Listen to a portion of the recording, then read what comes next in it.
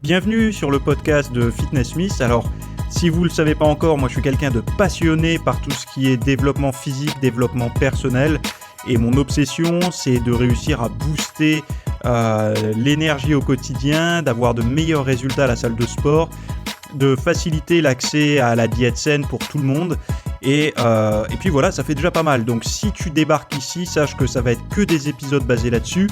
Et que si tu l'apprécies, tu peux laisser une évaluation sur l'application de podcast sur laquelle tu te trouves. Après, si tu veux aller plus loin, sache que je propose des formations longues sur mon site sur les mêmes thèmes, mais avec beaucoup plus de contenu et des programmes à télécharger, etc. C'est une seule adresse, www.fitnesssmith.fr. On démarre. Salut à tous, j'espère que vous allez bien. Début de semaine difficile pour moi, mais bon, tout va bien. Pourquoi je dis difficile ? Parce qu'en fait, hier, j'ai mangé des sushis avec Ami et ma copine. Et le souci, c'est que j'en ai trop mangé. Et impossible de trouver le sommeil. En fait, vu que je suis en diète un petit peu plus basse en glucides actuellement, dès que j'en remange, en fait, ça me relance. Et le souci de se relancer comme ça, c'est qu'après, pour trouver le sommeil, c'est vraiment très difficile. Donc, je me suis, à force de tourner, retourner. Tu sais, en fait, le truc où... alors, je me suis couché. Moi, j'ai mon rituel. Hein. Je me suis couché après m'être brossé les dents et tout ça.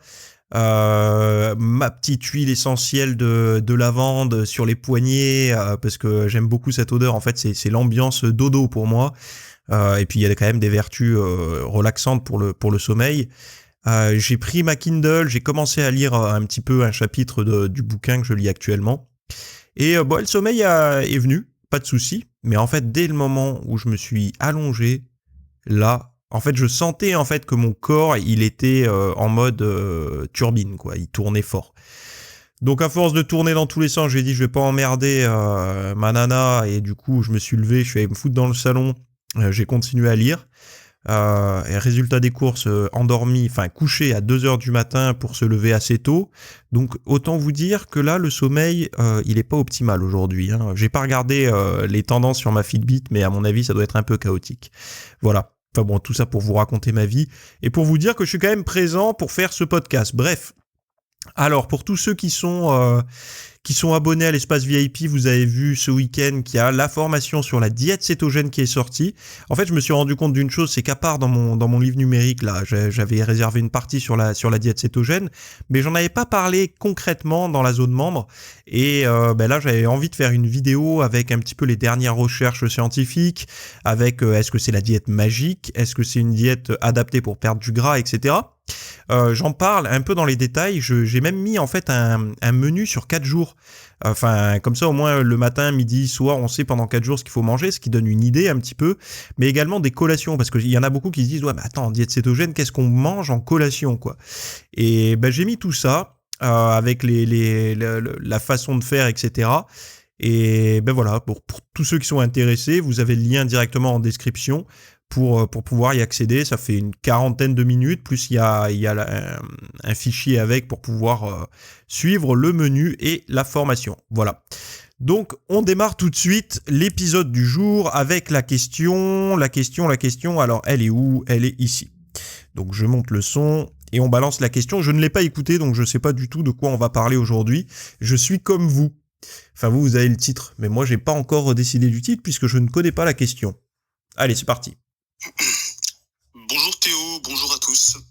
Alors tout d'abord, merci pour le temps que tu consacres, que tu partages et pour la qualité de ton travail. Voilà, j'aurais voulu connaître ton avis personnel sur l'usage de l'électrostimulation en musculation. Dans son dernier ouvrage, La méthode de la V3, Michael Gundil en parle, plus précisément pour aider à mieux ressentir un muscle, voire le réveiller s'il somnolait depuis plusieurs années. J'ai aussi pu lire dans ton blog un de tes articles intitulé « Pourquoi on ne pourra jamais hacker son corps en musculation » et qui résume parfaitement qu'il ne faut pas se faire berner par plusieurs gadgets et que seul l'effort physique paie en musculation. Voilà, j'aurais souhaité obtenir un ou plusieurs retours d'expérience, à savoir si tu étais toi-même utilisateur de cette technologie en parallèle, bien sûr, de la musculation, et évidemment, si une intervention de Michael Gundil pour détailler un peu plus l'article dans son ouvrage. Voilà, en te remerciant et en te souhaitant une très bonne journée. Bye, ciao. Très bonne question. Donc merci pour l'avoir posée. Déjà, par rapport à l'électrostimulation, il y a plusieurs choses. Alors l'électrostimulation, moi je pense qu'il y a un intérêt à l'utiliser, notamment comme outil. C'est-à-dire que je prends un cas de figure. Je me blesse, admettons, je sais pas moi, je me blesse le dos. Donc j'ai mal au dos, je peux plus m'entraîner, enfin je pourrais m'entraîner mais c'est pas intelligent de le faire parce qu'il faut que je prenne une période de repos, etc. Je fais une séance d'ostéo, je vais voir le kiné, etc. Et il me recommande de ne pas forcer en musculation durant peut-être une période d'1 mois. Il y a beaucoup de personnes qui vont être anxieuses par rapport à ça. C'est-à-dire qu'elles vont avoir peur de perdre leur gain musculaire. Bon, certes, il y aura une petite fonte, mais c'est pas énorme. Et durant cette période-là, ça peut être intéressant d'utiliser l'électrostimulation pour continuer à solliciter, à stimuler un petit peu les muscles, tout simplement. Après, de là à penser que l'on pourrait, alors c'est pas ta question, hein, mais il y a des personnes qui pourraient se la poser, de là à penser qu'on pourrait muscler une zone grâce à l'électrostimulation, là, par contre, moi, je suis pas d'accord parce que il y a quand même ce côté intensité, ce côté violence qu'on n'a pas avec l'électrostimulation.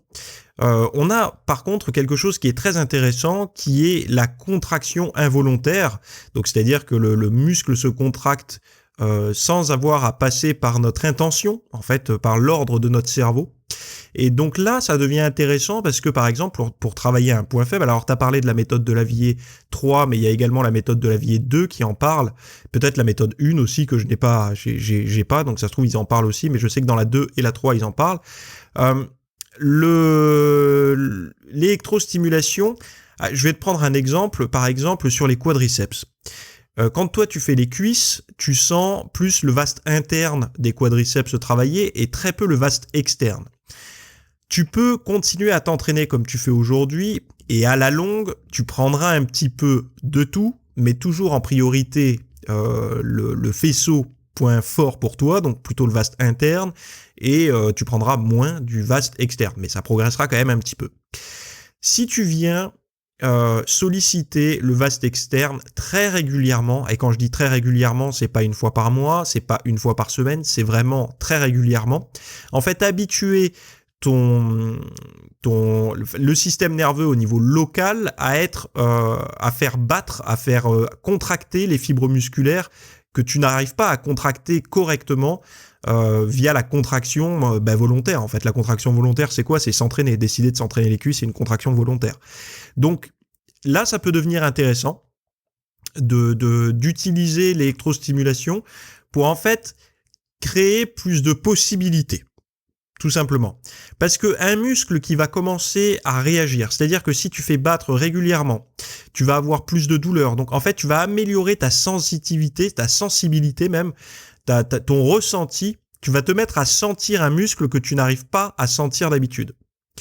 Et ça, l'électrostimulation, c'est bon pour ça. C'est-à-dire que n'importe quel groupe musculaire que tu n'arrives pas à sentir, en plaçant correctement les électrodes dessus, tu vas pouvoir le ressentir. Donc du coup, tu vas pouvoir découvrir une nouvelle sensation que tu n'arrives pas à découvrir par l'entraînement. Et donc, en fait, c'est plus ou moins...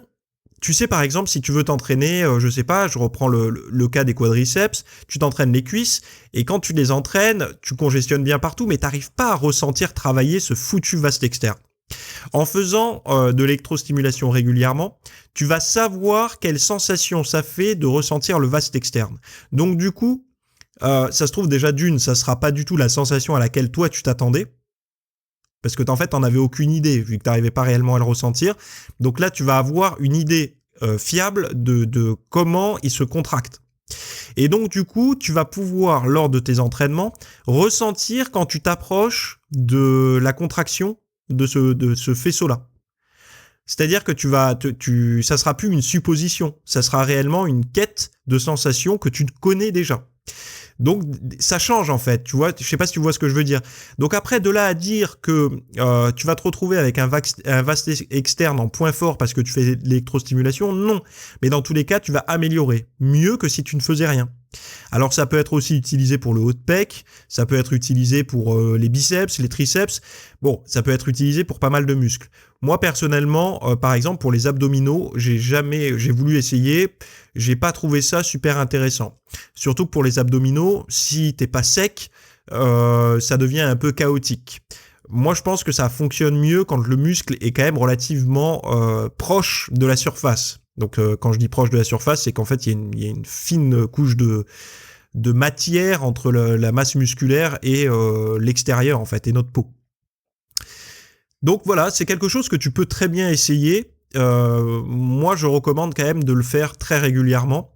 En récupération, par exemple, si tu fais un entraînement de biceps et que tes biceps c'est des points faibles, de le mettre un petit peu, alors toujours en programme léger, hein. Moi j'ai un Compex à la maison, le Sport Elite. J'aime bien faire je fais pas par exemple le programme hypertrophie après une séance, je vais plutôt faire les programmes capillarisation, des choses comme ça où ça bat plus léger, plus fréquemment. Ça va accélérer un petit peu la récupération, mais ça va également te permettre d'apporter plus de nutriments. Pourquoi ? Parce qu'en fait, tu vas apporter plus de sang dans la zone. Donc du coup, si tu as fait une bonne collation, enfin si tu as une bonne alimentation globale, t'apporteras les bons nutriments au bon endroit. Peut-être aussi une meilleure oxygénation. Donc voilà, c'est un petit peu la réponse que je pourrais donner par rapport à ta question, Alors, tu vois, moi par exemple, aujourd'hui, j'ai eu les moyens de m'acheter un Compex, il y a quelques années, mais je pouvais pas me l'acheter neuf parce que quand on regarde le prix des Compex neufs, c'est assez cher. Moi, je l'avais trouvé sur Le Bon Coin. De mémoire, c'était 200 €. Au lieu de celui que j'ai à l'époque, il faisait 5 ou 600 €. Moi, je l'avais trouvé à 200 €, très peu servi, avec l'emballage, etc. Il y avait juste à changer les électrodes parce qu'elles étaient déjà ça me faisait chier de mettre des électrodes qui avaient collé sur la peau de quelqu'un d'autre. Et puis en plus, elles étaient un petit peu usées. Donc j'étais allé à Decat et j'avais acheté justement Decathlon, j'avais acheté des nouvelles électrodes, et du gel également qui pour le contact. Et j'ai trouvé récemment, parce que les batteries des Compex se bousillent assez vite. Elles tiennent longtemps, mais quand elles se bousillent, elles sont vraiment bousillées, quoi. On peut plus rien en faire. Et j'avais trouvé sur Amazon, alors les batteries officielles, elles sont entre 50 et 60 € pour les Compex. Sur Amazon, j'ai trouvé des réplicas, en fait, qui fonctionnent très très bien. D'ailleurs, j'en ai commandé une aussi pour un pote, là, à 20 balles. Donc ça change 21 € exactement. Donc ça change quand même pas mal. Et donc du coup, j'ai eu un Compex complètement remasterisé, comment on dit déjà ? Je me rappelle plus. Reconditionné pour aller moins de 250 € quoi. Et c'est des très bonnes machines qui fonctionnent bien. J'ai pas de sponsoring avec eux, hein, mais c'est des machines qui fonctionnent bien. Moi, personnellement, aujourd'hui, je m'en sers surtout en récupération ou lors de blessures pour vraiment apporter le maximum de nutriments dans la zone. Bon, quand je dis blessure, c'est surtout douleur ou début de tendinite. Après, au-delà de ça, pour les points faibles, moi, personnellement, je ne m'en sers pas, mais c'est pas dit que j'y vienne pas un jour ou l'autre. Voilà. Donc voilà ma réponse en détail sur ce sujet et on termine là-dessus. Alors pour toutes les personnes qui étaient intéressées par la diète cétogène, je vous rappelle que tous les liens sont en description, que c'est pas du tout... En fait, il y a beaucoup de personnes qui pensent que la diète cétogène, c'est couper les glucides ou se faire une omelette au bacon le matin, manger gras, manger protéiné, etc. On va voir que c'est pas la réalité et que il faut faire quand même attention et avoir un bon ratio en type de graisse, etc. On va voir également l'origine de cette diète-là, pourquoi elle a été créée, comment elle a été modifiée, comment elle a été améliorée par les chercheurs au fur et à mesure des années pour arriver au modèle un petit peu actuel. Avec les connaissances qu'on a aujourd'hui, on a pu l'optimiser et même raccourcir l'entrée en cétose et même aussi permettre de consommer un tout petit peu plus de glucides que sur la diète initiale. Donc voilà, on va voir tout ça. Enfin, ceux qui me suivent déjà, ils ont dû voir déjà tout ça, mais pour les autres, vous pouvez cliquer sur le petit lien qu'il y a dans la description que personne ne lit jamais, alors que je fais en sorte de vous mettre tous les liens Il y a même un tas de liens pour que vous puissiez avancer dans votre progression. Donc allez la zioter un petit peu cette description, que vous soyez sur iTunes, sur n'importe quel support de podcast, vous avez juste à cliquer ou à glisser l'image un petit peu plus vers le haut pour aller voir toutes mes références. Et puis pour ceux qui démarrent, on se retrouve tout de suite. Pour les autres, on se retrouve dans quelques jours pour la prochaine vidéo. Salut! Merci d'avoir écouté le podcast jusqu'à la fin. Donc je vous rappelle juste que le podcast Fitness Smith est 100% gratuit, que vous pouvez le retrouver sur toutes les plateformes d'écoute de podcast, Apple Podcast, iTunes, Android Podcast, SoundCloud, etc., etc., etc. N'hésitez pas à mettre un avis sur la plateforme que vous préférez directement pour m'aider un petit peu à remonter dans les résultats.